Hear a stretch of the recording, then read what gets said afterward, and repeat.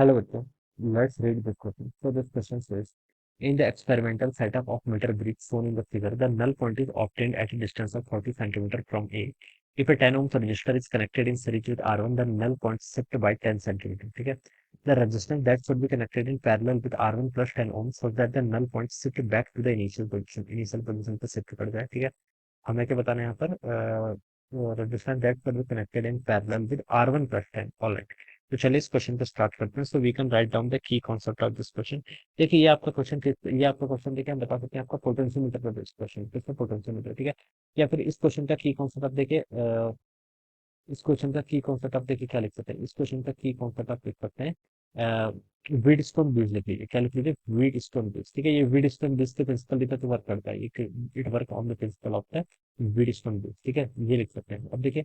अब देखिए दोस्तों, इस क्वेश्चन में हम बता सकते हैं कि in an experimental set of meter bridge आपको given correct shown the figure, the null quantity is obtained at a distance of 40 centimetre from है, ठीक है। ए से 40 सेंटीमीटर गिवन कर रखा है, ठीक है, जो आपको ओरिजिनल फिगर है, ठीक है।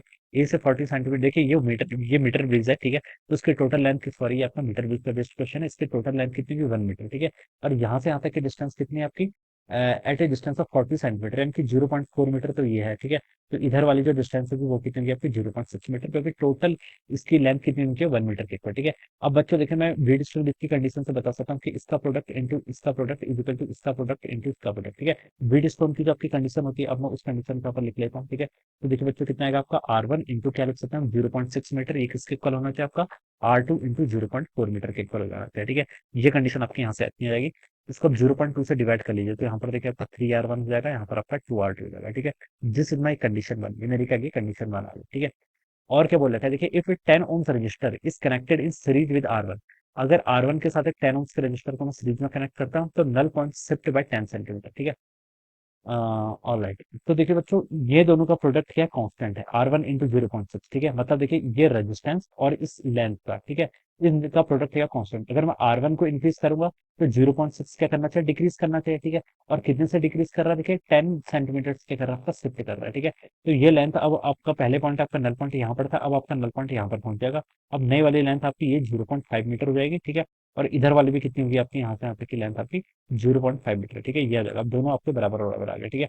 अब इसके साथ हमने 10 ओम्स सीरीज में ऐड किया, तो ये R1 ना रह के आपका कितना हो गया, R1 प्लस 10, ठीक है। तो अगेन देखिए, यहाँ पर हम ब्रिटिशटन ब्रिज की कंडीशन लगा लीजिए, कितना हो जाएगा आपका R1 प्लस 10 ओम, ये, और इंटू आप देखिए लेंथ कितनी है यहाँ पर, 0.5 मीटर, इजिकल टू R2, तो आपका सेम ही है R2, और वहां पर आपकी लेंथ कितनी, 0.5, ठीक है।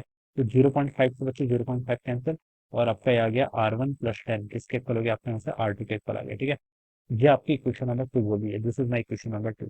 ऑलराइट। अब इसको दोनों साइड देखिए 2 से मल्टीप्लाई कर लेते हैं, चलिए इसको 2 से मल्टीप्लाई कर दे, यहाँ पर भी 2 से कर देंगे। अब ये राइट साइड दोनों का सेम ही है, तो उसको वैसे लिख सकते हैं, 3R1 देखिए किसके इक्वल हो जाएगा आपका, 2 टाइम्स R1 प्लस आपका 20 के इक्वल, ठीक है। तो 3R1 माइनस 2R1 कितना होता है, R1, और R1 की वैल्यू बच्चे यहाँ से आपकी 20 ओम के इक्वल आ गई, ठीक है।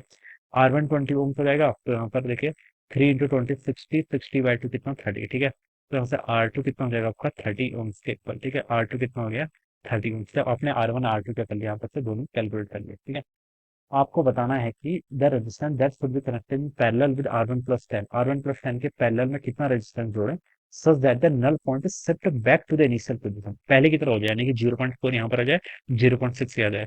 यहाँ पर आपका, अब देखिए R1 प्लस 10 है, इसके पैरेलल में अगर हम कोई रेजिस्टेंस और ऐड करेंगे, तो पैरेलल में देखिए क्या होता है, मल्टीप्लिकेशन डिवाइडेड बाय एडिशन, ठीक है। मान लीजिए एक्स ओम्स का रेजिस्टेंस आपने ऐड कर लिया, ठीक है। तो नेट कितना हो जाएगा, देखिए मल्टीप्लिकेशन डिवाइडेड बाय एडिशन, तो x times R1 plus 10 divided by यहाँ पर कितना हो जाएगा आपका, एक्स प्लस R1 प्लस 10, ठीक है। ये आपका आ जाएगा, ठीक है। ये तो आपका इक्विवेलेंट रेजिस्टेंस हो जाएगा। इंटू देखिए ये वाली लेंथ ओरिजिनल पहले की तरह हो जाएगी, कितनी, 0.6 यहाँ पर पहुंच जाएगा, ठीक है। और राइट साइड का R2 तो आपका सेम रहेगा, उसका रिपेक्ट रखनी है, और ये आपका 0.4 हो जाएगा, ठीक है। R1 R2 की वैल्यू तो फाइंड आउट कर लिए ना, तो उसको डायरेक्ट पुट ही कर सकते हैं इसमें, ठीक है। तो डायरेक्ट चलिए तो पुट कर दीजिए।